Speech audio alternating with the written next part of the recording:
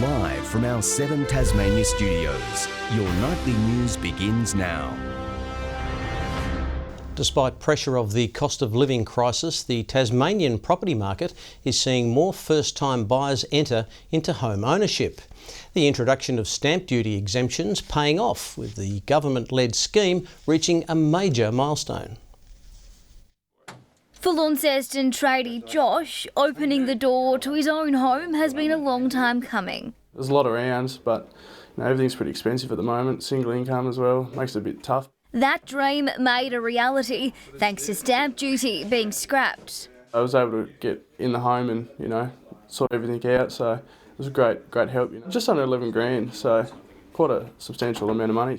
The 24-year-old, one of 1,700 Tasmanians who haven't paid a cent on stamp duty since it was abolished for first-time buyers 11 months ago.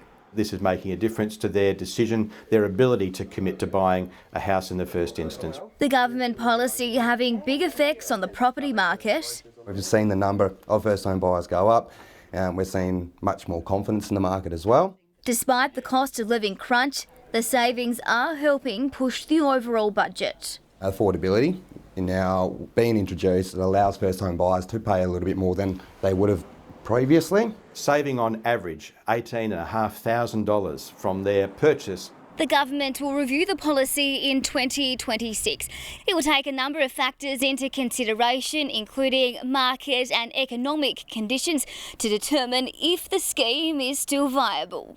The government is foregoing revenue, but we are making sure that we are getting more Tasmanians into a home of their own. Victoria Riso, 7 Tasmania News.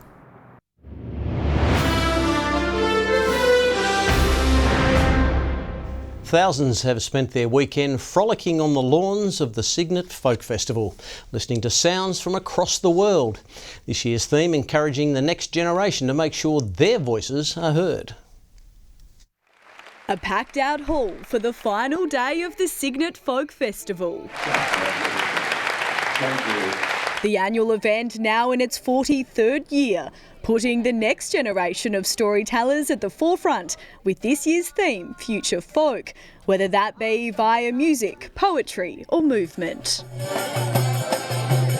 I do like all the music in the kids area. A selection of sounds filling everything from the town hall to the old bank and even the festival green. Falling of feathers and the dancing of fire.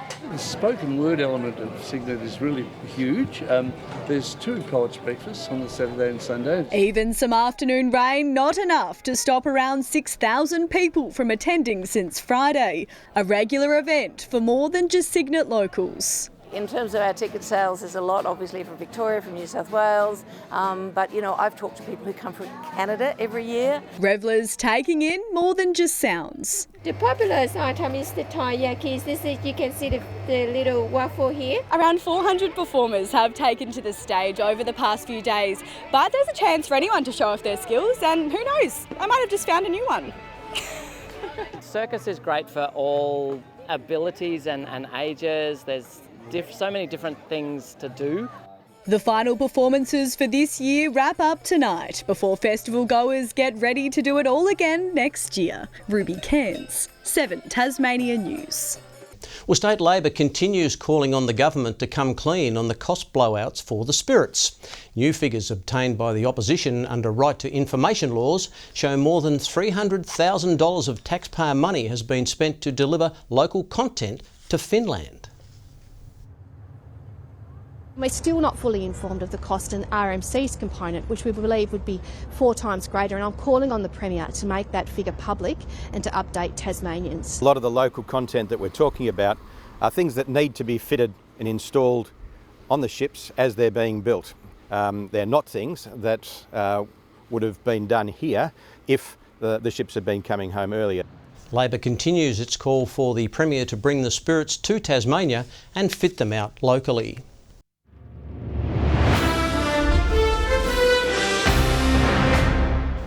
Just 36 hours after that heart-stopping overtime win, the Jack Jumpers have taken an absolute battering at home. The loss rubbing salt in the wound for Jackies captain Clint Steindl, notching up his 350th NBL game against his former team.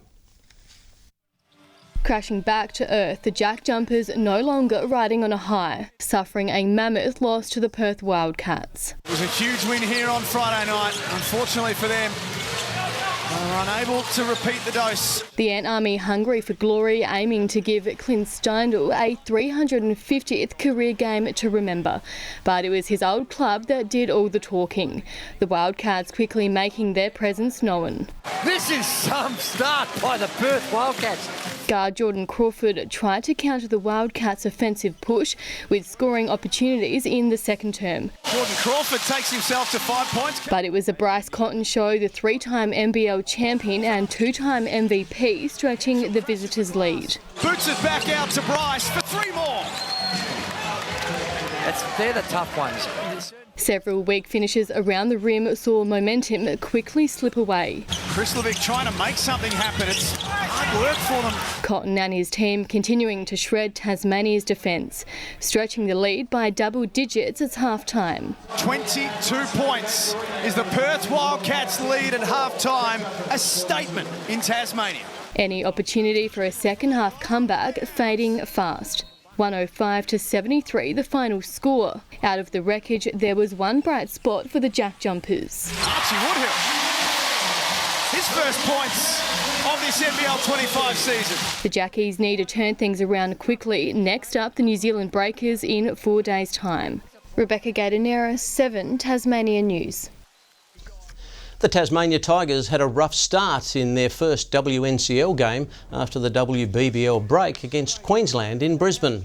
They were 5 for 99 after 24.3 overs before rain intervened. Tabitha Saville reaching a half-century before being bowled shortly after. While Heather Graham came agonisingly close to her own half-ton, finishing with 44. After 41 overs, the Tigers bowled out for 198. A short time ago, Tasmania had won by 20 runs. Well, that's all in sport. Kaya Wicks will join us after the break with the weather forecast.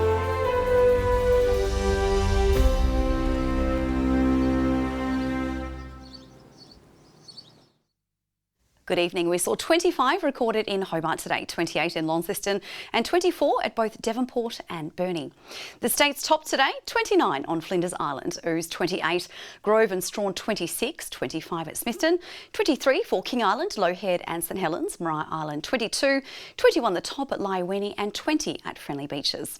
Cloud is seen covering the majority of Tasmania, bringing thunderstorms, with isolated areas experiencing heavy rainfall.